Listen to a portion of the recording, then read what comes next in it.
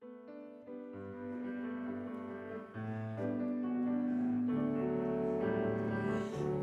we give thanks for this precious day, for all gathered here and those far away, for this time we share with love and care. Oh, we give thanks for this precious day. Oh, we give thanks for this precious day, for all gathered here and those far away, for this time we share with love and care. Oh, we give thanks for this precious day.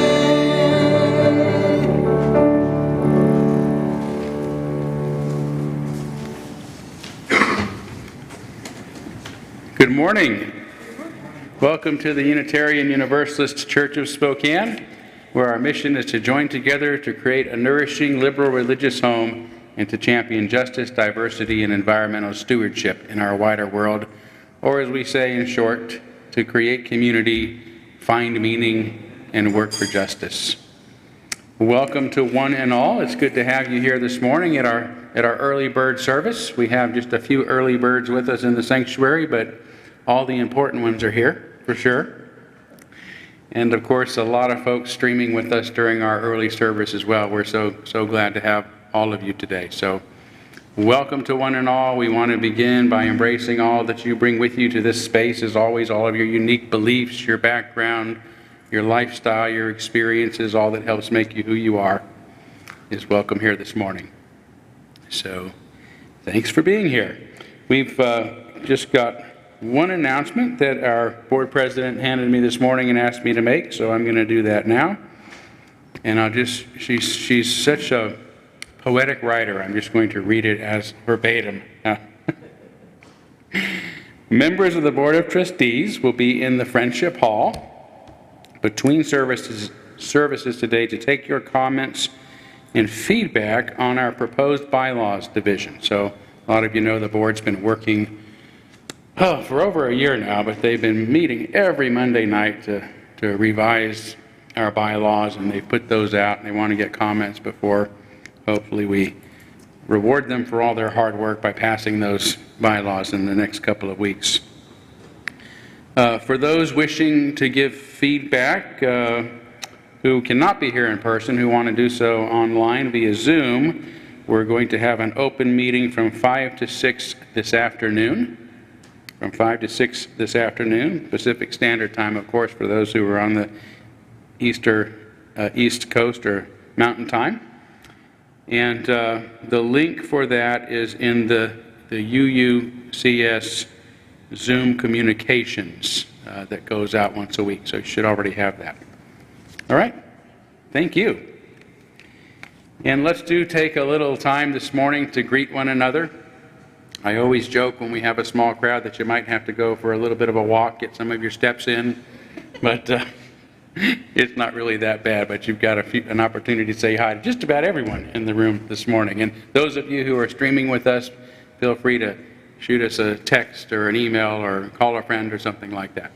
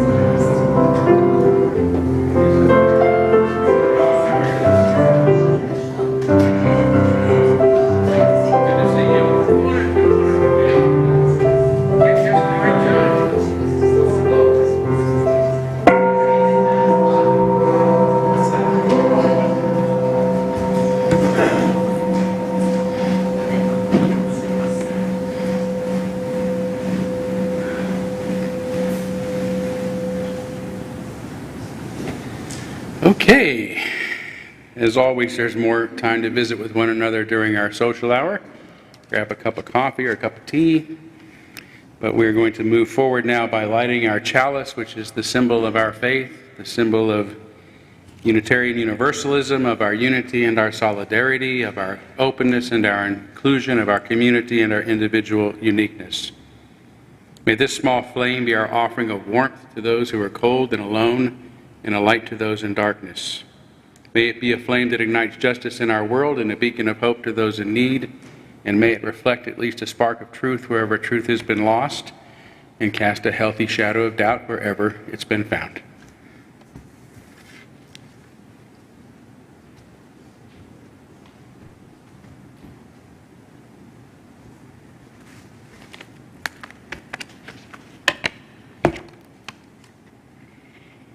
Here are a few words I wrote some time ago for the Old Little Nature Chapel. One of the privileges of advanced age is the ability to draw on experience, to go beyond the individual incidents of life and see the big picture. As we travel through this stage of existence, we may feel joy enhanced by a unique significance, or sadness tempered by knowledge and understanding. As we go through life's eternal cycles, we may draw hope from our growing comprehension of our unity with all there is, for we are one with humankind, the animal kingdom, all of nature. Namaste. And we may recognize these marvelous thoughts penned in a letter by Albert Camus. My dear, in the midst of hate, I found there was within me an invincible love. In the midst of tears, I found there was within me an invincible smile. In the midst of chaos, I found there was within me an invincible calm. In the midst of winter, I found there was within me an invincible summer.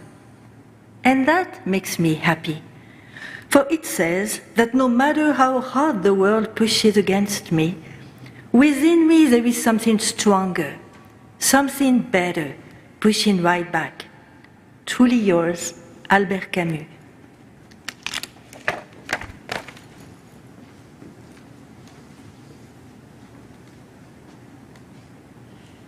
Our first in-service hymn of the morning is number 301. You can access it in your gray hymnal or the screen right up here.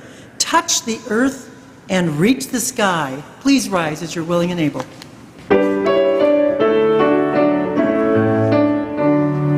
Touch the earth and reach the sky. Walk on shores while spirits fly. Over the ocean, over the land, our faithful quest to understand. Touch the earth and reach the sky. Children, as the reasons why. In our lives the answers show, and our love they learn and grow. Touch the earth and reach the sky. All are born and all shall die. Life's the time left in between, to follow a star, to build a dream. Touch the earth and reach the sky. Hug the laughter, feel the cry. May we see where we can give, for this is what it means to live. Touch the earth and reach the sky. Soar with courage ever high. Spirits joining as we fly, to touch the earth and reach the sky.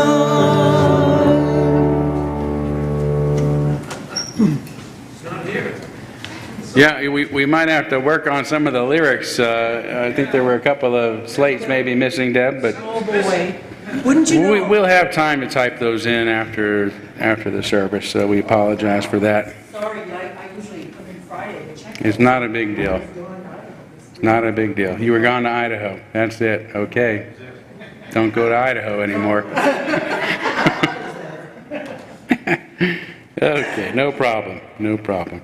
We are going to now have our candles of care for those who are most on our hearts and minds this morning. Again, I did not receive any specific requests for candles, but I think it's appropriate at this time to light a candle each week on behalf of the people both of the Ukraine and the people of Russia, and for everyone in that part of the world who are most suffering from the violence that's going on there. And let's take a moment of silence now on behalf of others that you might be thinking of, and as always, you're welcome to name them aloud at this time if you'd like.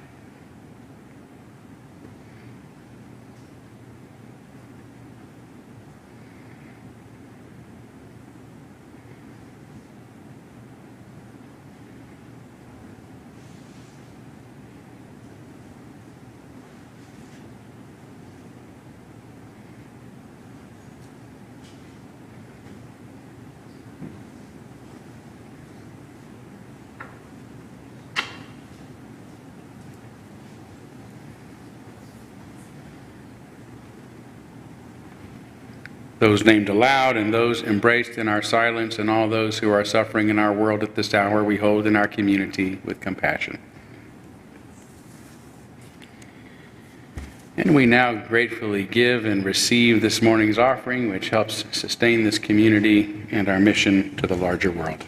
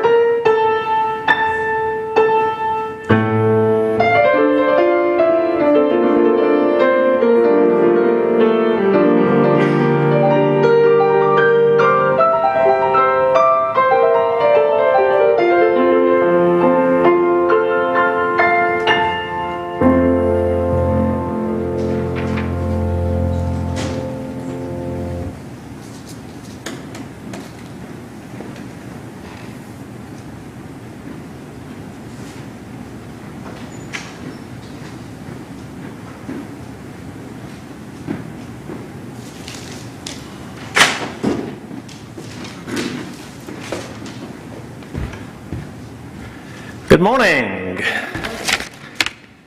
Today, I have a little book I want to share with you. It's called Harper Joy, Spokane's Man of Many Faces by Doris Woodward. Doris published this in 2007, and she gave me a signed copy. Doris was my dear neighbor for about 40 years, and last December she passed. But I'd like to honor Doris by telling you her story about another neighbor who lived next door. Let the show begin. Did anyone ever want to join a circus when they grew up? Did anyone ever want to become a real circus clown? Well, my story is about a real circus clown who lived in my backyard. Well, not exactly, but you could have looked into his backyard from mine and seen a real railroad train. Harper was not born with the name Joy. It came to him later, before he was 2 years old. You see, his daddy left little Harp and his mom and never came back. But another nice family down in Walla Walla, named Henry and Ann Joy, adopted Harper. That's when he became Harper Joy, aptly named and in full possession of it. As a kid, Harper loved the circus. Whenever it came through Walla Walla, he would go, but he would have to grow up before he could ever join one, and he would have to go to college first. So Harper did well in school, but the lure of the theater pulled him into a touring vaudeville act where he honed stage skills. He dropped out of high school in Walla Walla with days to go before graduation. Later, broke, Harper came back to Walla Walla, graduated from Whitman College, and then took a job in Spokane with a banker named Joel Ferris. Joel hired Harper to sell stocks, bonds, securities. Harper must have been a pretty good salesman. By 1927, he had married, was raising a bunch of little boys, and had bought a house on the South Hill at 825 West 21st Avenue, near Cannon Hill Park. Harper Joy lived in a very unusual neighborhood. In fact, it made Ripley's, believe it or not, in 1928. On one corner, there was the Joy family. Right next door was the Sad family. I've got a pair of shoes being repaired by the Sad shoe repair right now. Across the street was the John Happy family. I played tennis with John Happy, who grew up in that house. And down the street was the Gay family. We had a diverse block. Through the 1920s, Harper was active in Spokane theater, eventually becoming the face and the voice that launched the Spokane Civic Theater. He produced a silent movie called Crown Jewels, which starred many actors from Spokane. You can go to the MAC and maybe they'll show you the movie. Well, everything was going really well for Harper, but something bad happened in 1929. What bad thing happened in 1929? Yeah, the Depression happened. But Harper kept his job. He was now grown up and had a little extra time to join a circus and be a clown. So Harper joined the Al Barnes Circus and began touring as a clown. Later, the Shell Brothers Circus, and later he joined the Ringling Brothers Circus and was well known up and down the West Coast. He was even made president of the Circus Fans of America. If you grow up and become a clown, you think you ought to keep your day job? Yeah. So Harper's clowning around caught the attention of Louis Davenport.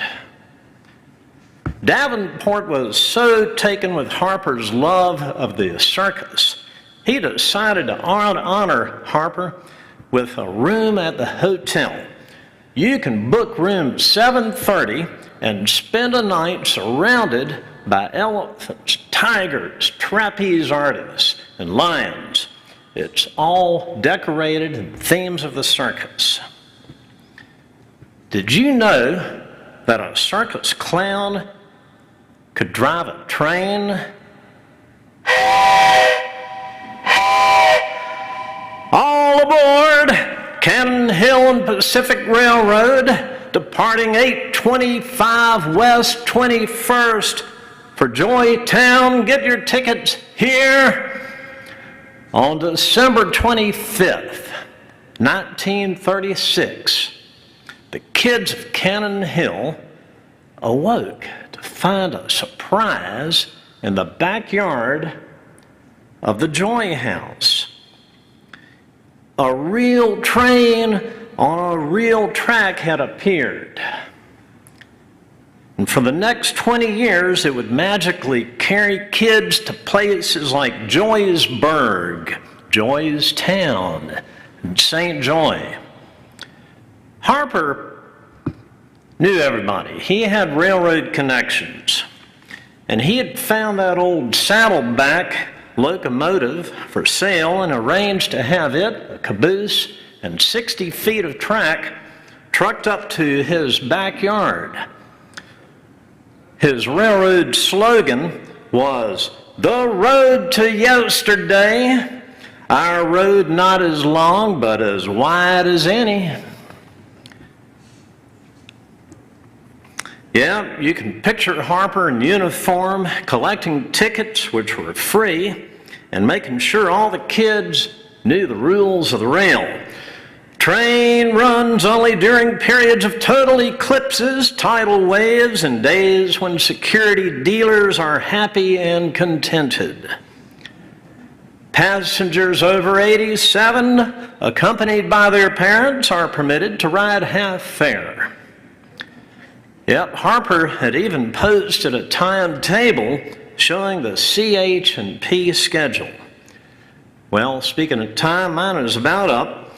In Doris Woodward's final chapter, The Final Curtain, she writes that although Harper Joy certainly gave so much, he may have been the recipient of the greatest gift of all, that of being able to make people laugh. Thank you.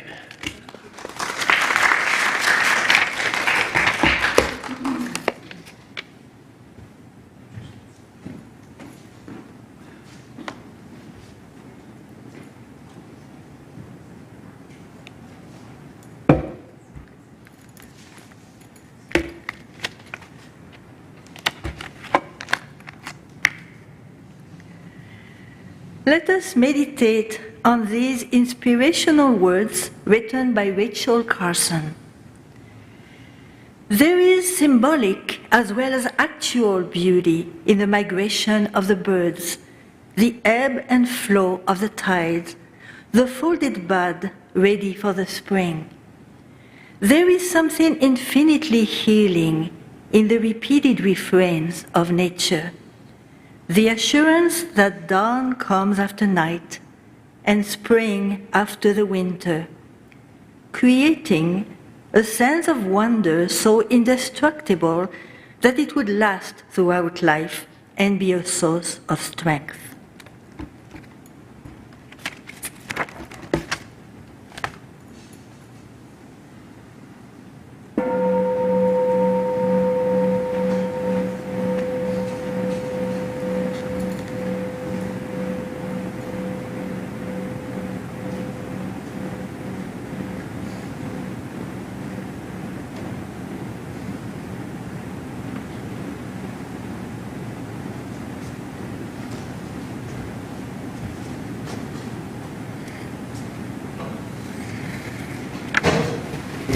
Dan, thank you so much for that entertaining piece of local history, probably unknown that deserves to be known.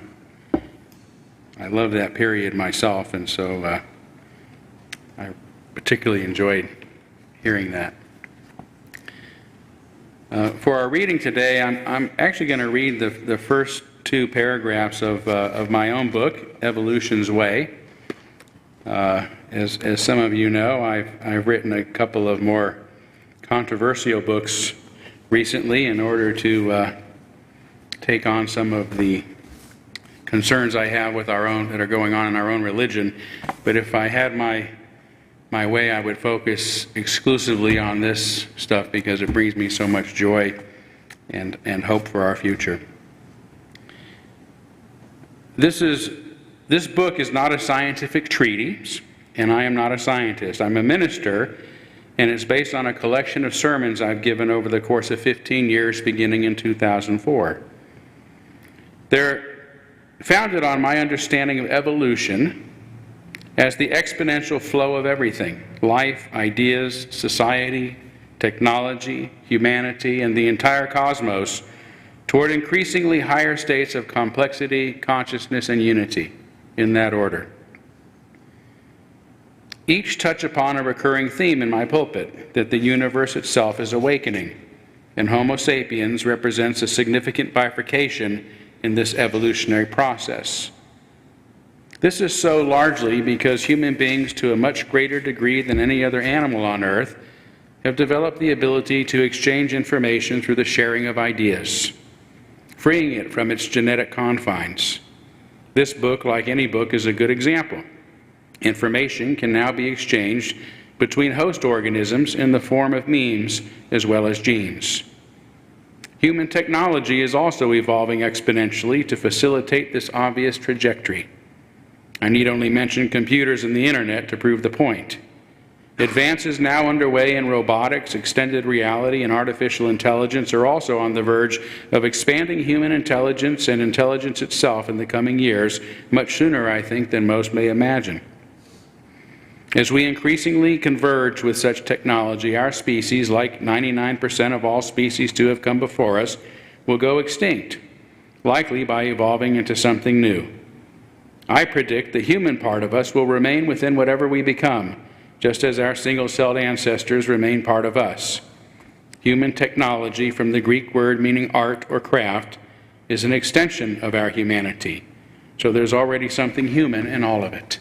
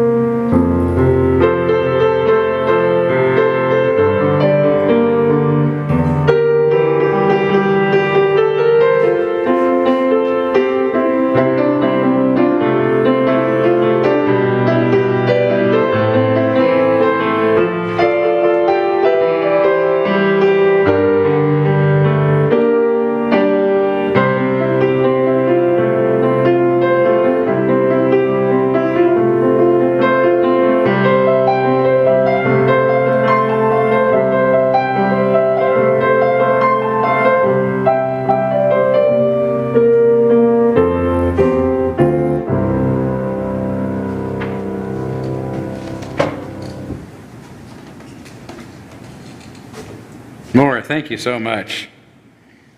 We're so fortunate to have you as our pianist. All right, well, I did not prepare a formal sermon today, not because I forgot, but because this is one of those rare occasions where I try to do it about once a quarter or so, where I just kind of answer some of the questions that you might have. Maybe based on some things that I've said in the past or not said in the past. The only caveat is it's not a business meeting, so I don't like to talk about church business. But otherwise, most all else is appropriate. And if you're, a visitor with us, or you're welcome to ask something too, if you're curious about what we're about or something like that. I did have one of our online streamers, Jim Marsh, send me an email this week, a very nice email, one of our regular folks who are online with us. And by the way, this is a streaming service, so we're not set up to be able to interact, like we can on Zoom. We're working on figuring out how to do that, so have patience with us, but we know we have an awful lot of people streaming with us on Sundays, so we do want to work up to the point where you can maybe engage a bit more with us. But Jim was kind enough to send me 2 questions in advance. So one of them is just a really kind question. He says, how can the congregation or I as an individual best support Dr. Eklof and UUCS leadership at this time?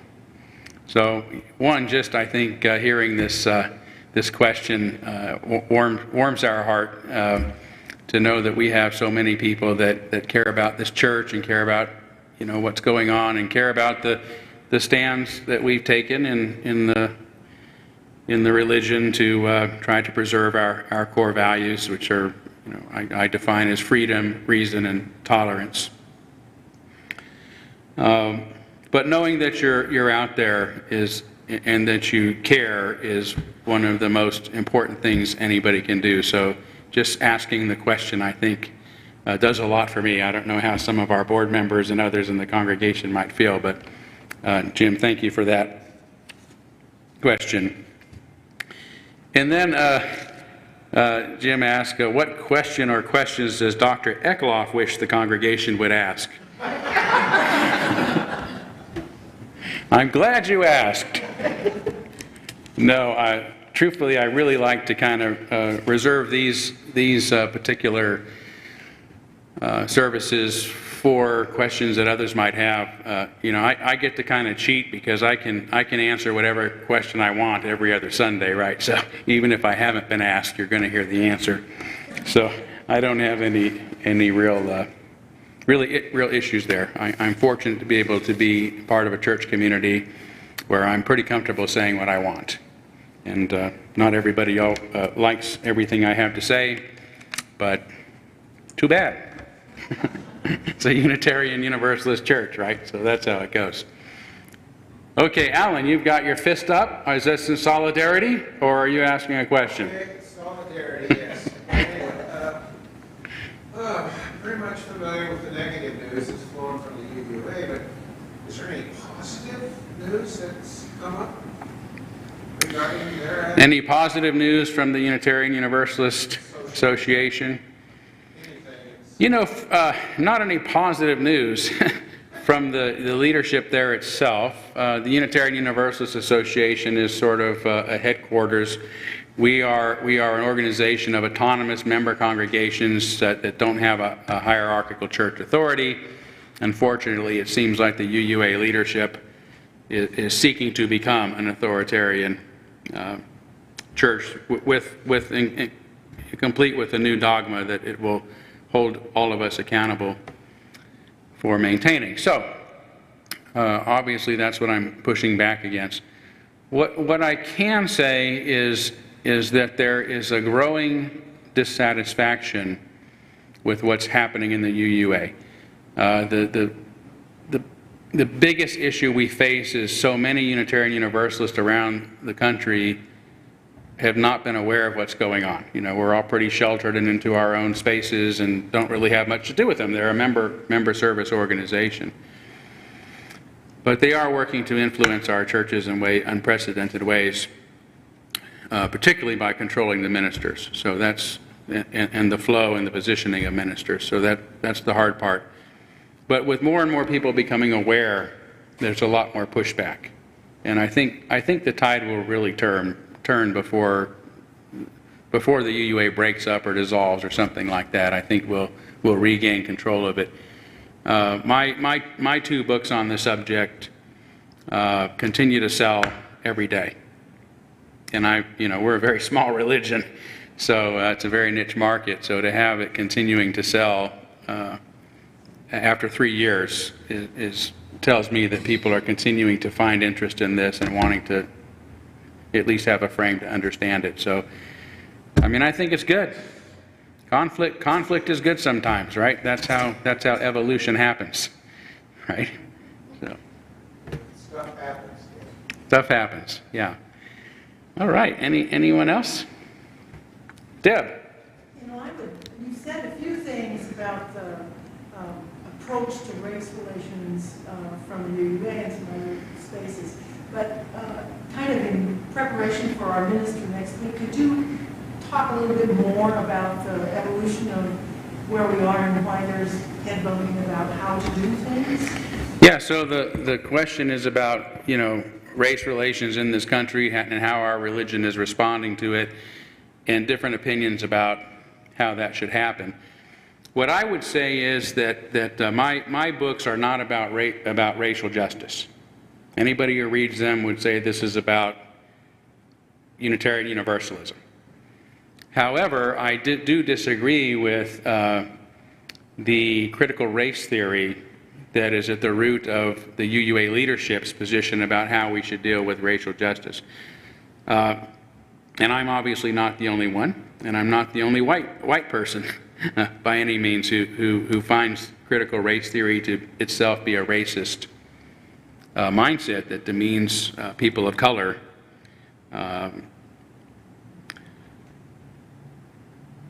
And you know, my belief and my practice around issues of racial justice has always been our common humanity ethic.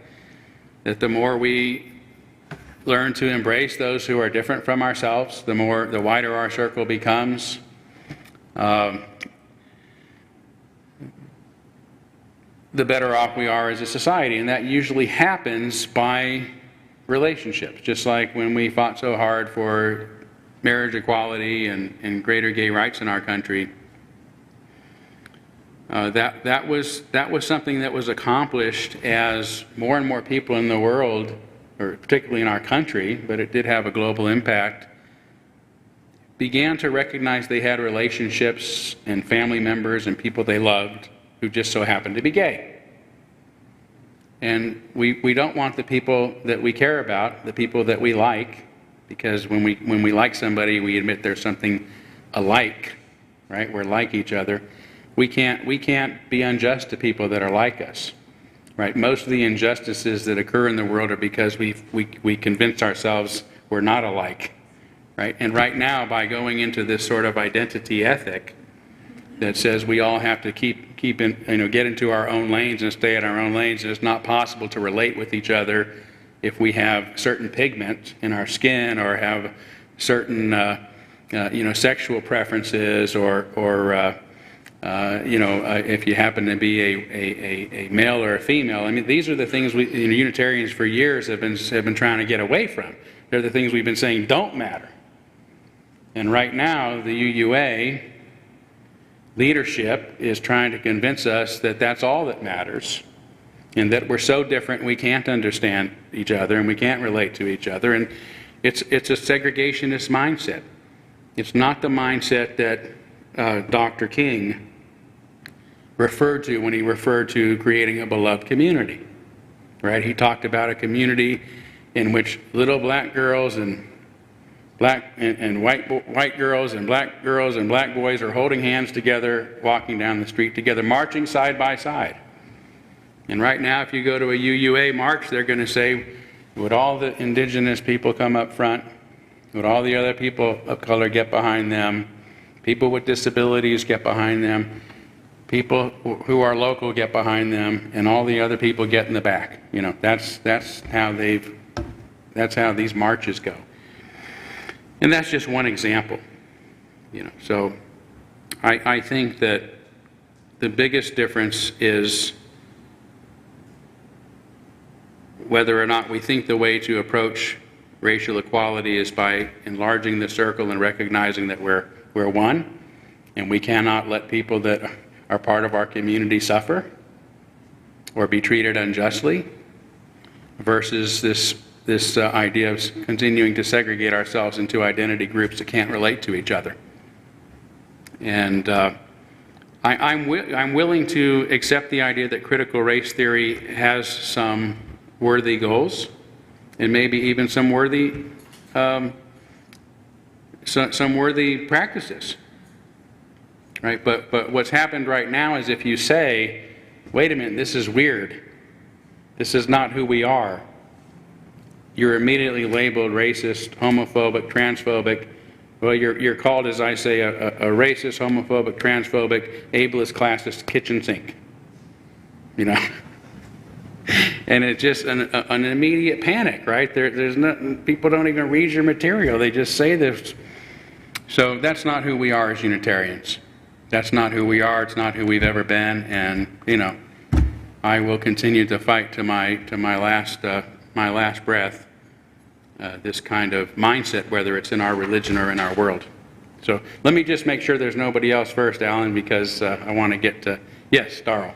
I want to ask a question that, for churches that have a mindset like ours, that may be looking for a new minister, given what the UUA Ministers Association is like now, probably would not be looking to the UUA to help them find a minister. What are options for churches? So Darrell asked a really good question. I'll repeat it for folks who didn't hear it and folks who are streaming with us. And I'll summarize it. I won't repeat it exactly. But he's really raising the concern about what are congregations like ours who are, sort of opposed to what's going on in the Unitarian Universalist Association going to do about getting a new minister when that time comes. I hope you're not thinking about it anytime soon. I'm kidding. But it's a really good question. I worry about it too, right? Because I'm not going to be here forever. I've been here 11 years, and I want a congregation to leave better. I want to leave a congregation better off than when I came. So the real problem there has to do with the fact that the two UU seminaries and then the Ministerial Fellowship Committee, which credentials them, there's really tremendous pressure on the students now to buy into this woke mindset, this woke dogma. And if they don't, they're not going to get through the process. And by the way, to become a Unitarian Universalist minister is one of the most difficult courses of ministry of any faith, right? Because you have to go through seminary, you have to go through clinical pastoral education, you have to have an internship, you have to go through psych evaluations, and then you get into preliminary fellowship, and it takes somewhere between 3 and 9 years before you get final fellowship, and they leave you the hell alone, So it's quite a commitment, and lots of money and lots of time. Right? So people don't want to go through all of that and then find out, well, we're not going to accept you. So one of the things I think that congregations are going to have to start thinking about is not going along with the UUA tradition of looking for ministers that have been credentialed through the Ministerial Fellowship Committee. You can't trust that process anymore anyway. So where are you going to find a liberal minister? And so I would start looking at some of the other progressive schools, graduates maybe from Harvard Theological School or Union or even Chicago, liberal ministers. And then I would ask the appropriate questions of the candidates. I'd say, have you ever signed a letter condemning another minister for a book they wrote without reading it? And if you have, can you explain? Why? Why did you do that? That is not even necessarily an out. It would be for me. I'd say that's not what we do. But that's 500 ministers who signed those letters, over 500. But remember, we're about 1,000 congregations. We're a very small religion. So there's, out of the 2,000 ministers or so out there, there's 75% did not sign those letters. So, but I think that's the best solution is maybe find ministers, especially those of you who are from other churches that are streaming with us. Don't depend on the MFC necessarily, the credentialing process there, and find ministers who maybe have graduated from other schools, other progressive educations, and ask appropriate questions. Do you know where they're at? It's going to be hard, because the old process doesn't work anymore. But those would be my 3. Okay. Yes? Can I ask you a question about your behaviors as an author, your writing behaviors? Yeah, go ahead. Yeah. I have 2 questions. Mhm. First question is, how do you get past writer's block? How do I get past writer's block? And the second question is, how do you take the complexity and sometimes elusiveness of symbolism Mhm. and put it into literature where it's very linear, logical, kind of polar opposites? Okay, taking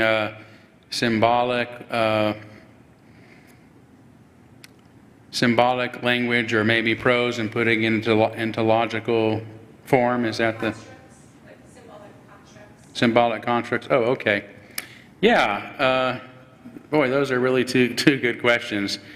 I have to say I don't suffer from writer's block very much. So part of my life for the past 20, well, more than that really, probably 25 years in ministry has been writing something every week. And as you know by my sermons, that those are footnoted, and in many ways it could be like a graduate paper, you know. So it's become part of my process. I also worked in television news as a reporter for many years, and I also had to write scripts when I became a corporate video producer a few years as well. So I learned a lot to take imagery or take words and either write for imagery or imagery and write into words. So when I wrote my 3 books, the thing I have to say about them, the last 3, I've written 4 over the years, but they were all, I was very passionate about something. And I think if you're really passionate about it, you don't have to worry as much about writer's block compared to, something you have to write. Maybe you're contracted to write something, or it's part of your work. And so I think for me, just finding some passion in what you're writing about is what pushed me through. And I wrote my last 3 books in 2 years. So, and I have a bad back because of it. But I think the other question's a little bit harder about putting things into words that really help you. And all writing is like that, no matter what the subject is putting things into words that people can understand, even complex subjects. And I think I've done pretty well at that. I mean, one tool is let your writing be about the things you're trying to understand yourself. Right? If you're trying to understand it yourself, then it's just kind of sharing how you simplified it for yourself. Right? So a lot of times I talk about things in my sermons that are very complicated subjects, maybe very scholarly subjects, but I always try to put them in very simple terms, not so that my audience can understand them, but so that I can understand them. So that's one thing. The other thing is something in journalism, especially television reporting, that they call people speak versus news speak. So news speak is, if most people are going to pretend to imitate somebody they see on TV, they're going to get the deep voice, and here we are standing at the corner of First, people speak is really just talking like a normal person and trying to figure out how to say something in a way that you would say it if you were talking to your best friend or something. Those are kind of the tools I use in my sermons. There's a lot of science, and this was the basis of sermons really. And in my book, The Gadfly Papers, which caused so much controversy, there's a whole section on logic. And I really worked hard, and I talk about symbolism and trying to take something that is very conceptual and and boring and try to put it into language that people could understand and care about and easily grasp. I tried really hard to just make it as simple as I could. And I didn't do a very good job because people hate that chapter. A lot of people do. But, so for example, there's a real common fallacy that most of us use where in logic it's called affirming the consequent, right? And you kind of see something happen and then you apply it to everything like that. So let me think of an example. Well, I'll give the example I use in the book. A rainbow has the color purple in it, right? Nobody would deny that, right? That's a fact. And but if you have a bouquet and it has the color purple in it, that doesn't make it a rainbow. But so often in our thinking, because we associate things, we will affirm what is called affirm the consequent. If it is a rainbow, it has the color purple. Deb is wearing the color purple. You're not, but I think that's blue, right? Yeah. But if you're wearing the color purple, that doesn't make you a rainbow, right? So that's the example I tried to give of affirming the consequent in that book, where everybody can see that just because. So like what's happening? Let's say, for example, if we say an organization, the Unitarian Universalist Association's membership are mostly white, right? Or let me back up. White supremacist organizations have memberships that are mostly white. The Unitarian Universalist Association has a membership that is mostly white. Therefore, the Unitarian Universalist Association is a white supremacist organization. That one's hard, right? That one's hard to catch the fallacy with. But it's the same fallacy as saying, if it is a rainbow, it has the color purple, a bouquet has the color purple, therefore the bouquet is a rainbow. You can understand it when you put it in terms like that. So that's the best I can do. Okay. Yes, Alan. Is the sense of, last night went to Julia Sweeney's show. That's comedy. And watching her maintain comedy, the story, the writer side of things, in some pretty dark subjects. Not to mention walking through some really big minefields with the comedy. How the hell do you maintain yours? It sometimes really sums up the question. There's a lot of what she's trying to do is tackle these subjects, difficult subjects, some involving logic and whatnot, yet, make it funny. Well, it's a great question.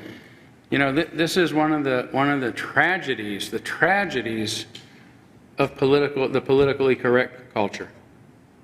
Is they have lost their sense of humor. Okay, they take things so seriously, words so seriously, that they're afraid, that you become afraid to laugh. And I'll tell you why that is, because we instinctively know that for something to be funny is that it has to violate a taboo. Okay, in comedy it's called a benign violation.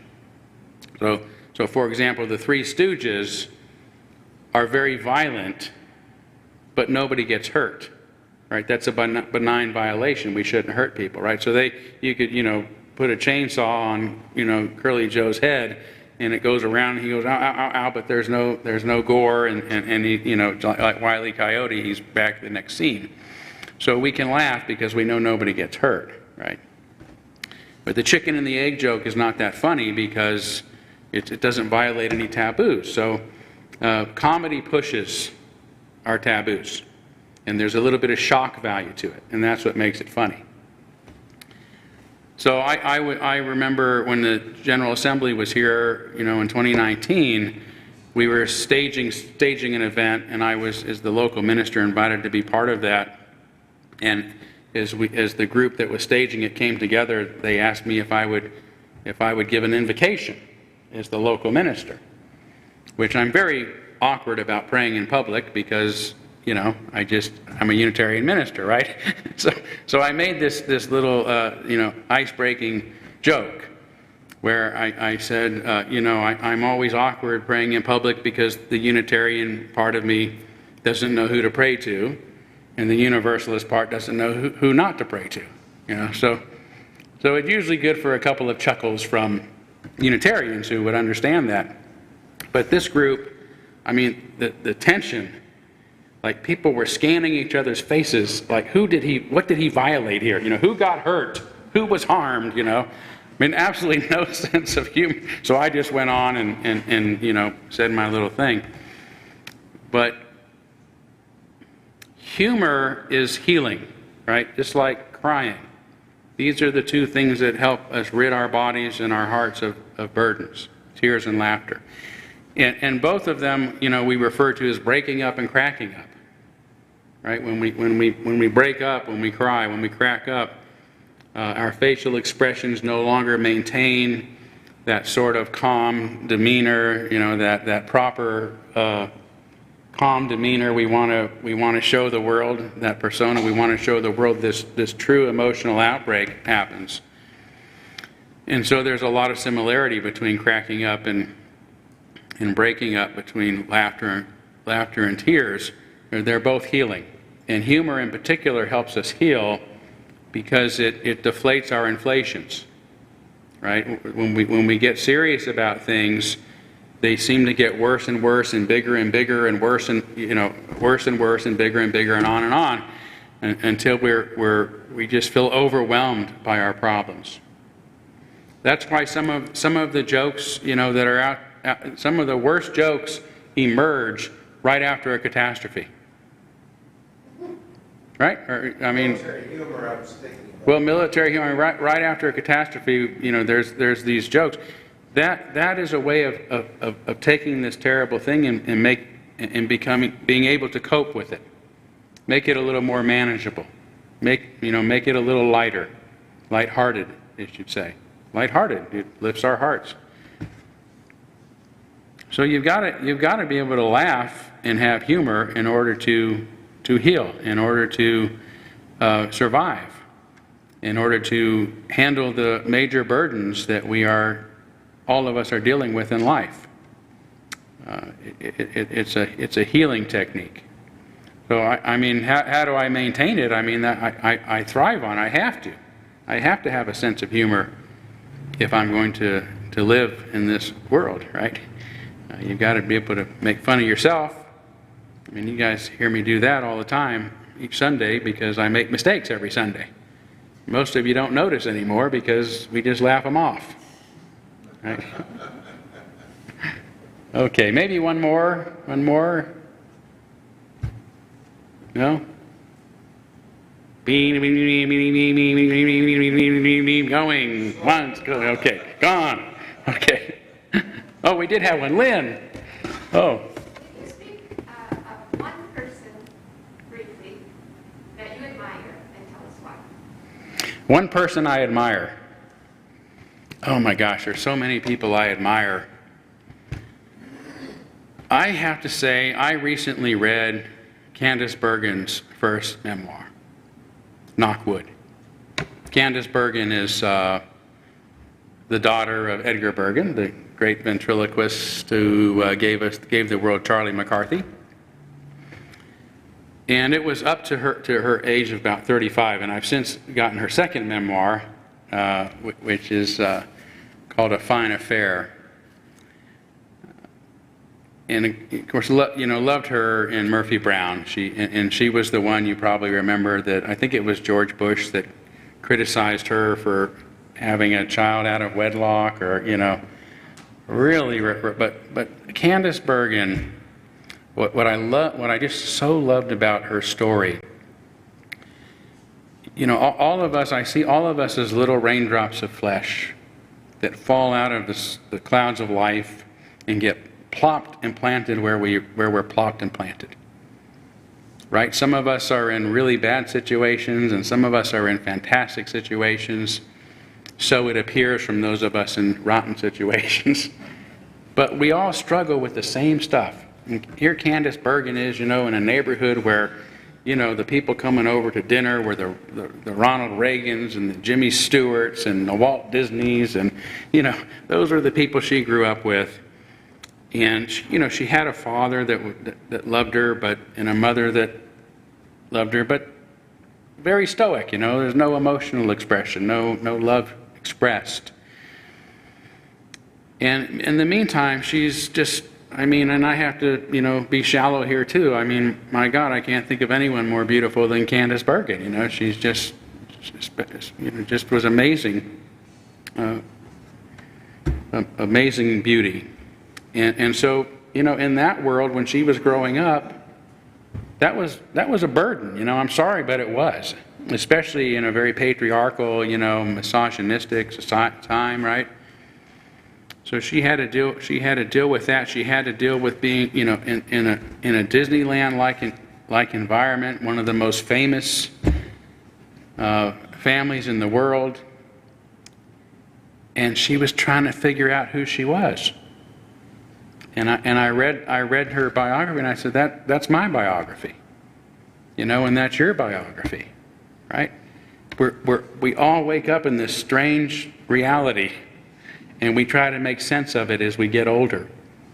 And throughout it all, there's these forces trying to keep us from the one thing we're supposed to do in this life, and that is become who we really are. And she had a lot of stuff keeping her from recognizing her greatness, her goodness, her kindness, her full potential. And she did it. She did it. So I love Candice Bergen. So thank you. That's a good one to go out on for our first service. So.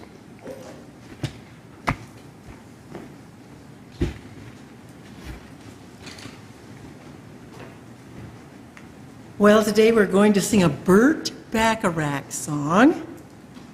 One of my favorite singers that I learned about when I was in college, Dionne Warwick, sang this one with some musical friends like Stevie Wonder and I think Gladys Knight, and there was somebody else. Anyway, if you will stand and sing "That's What Friends Are For" with me, it's in your order of service. You will have the words there. Okay, 2, 3.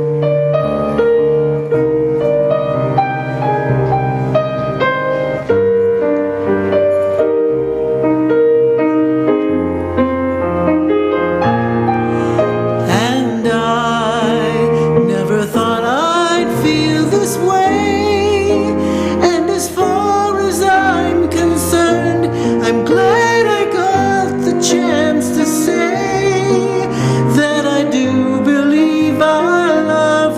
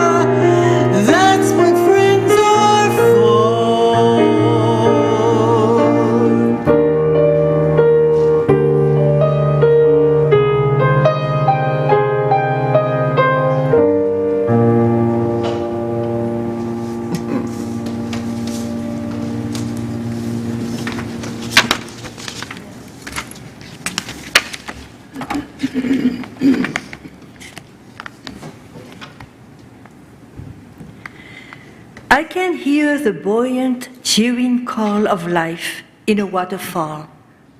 The inspiration of it comes into my own body from out of a whispering tree, from a bush glowing with bloom, from a flower, from the song of a bird, from the rain itself. I find great peace and contentment in my faith that this God is everywhere, and that we may meet him face to face 50 times a day if we throw off the hard shell of our egoism and realize that all nature is God, and that we, as men and women and children, are part of that all-embracing nature. James Oliver Curwood. Amen, blessed be, salam alaikum, and shalom.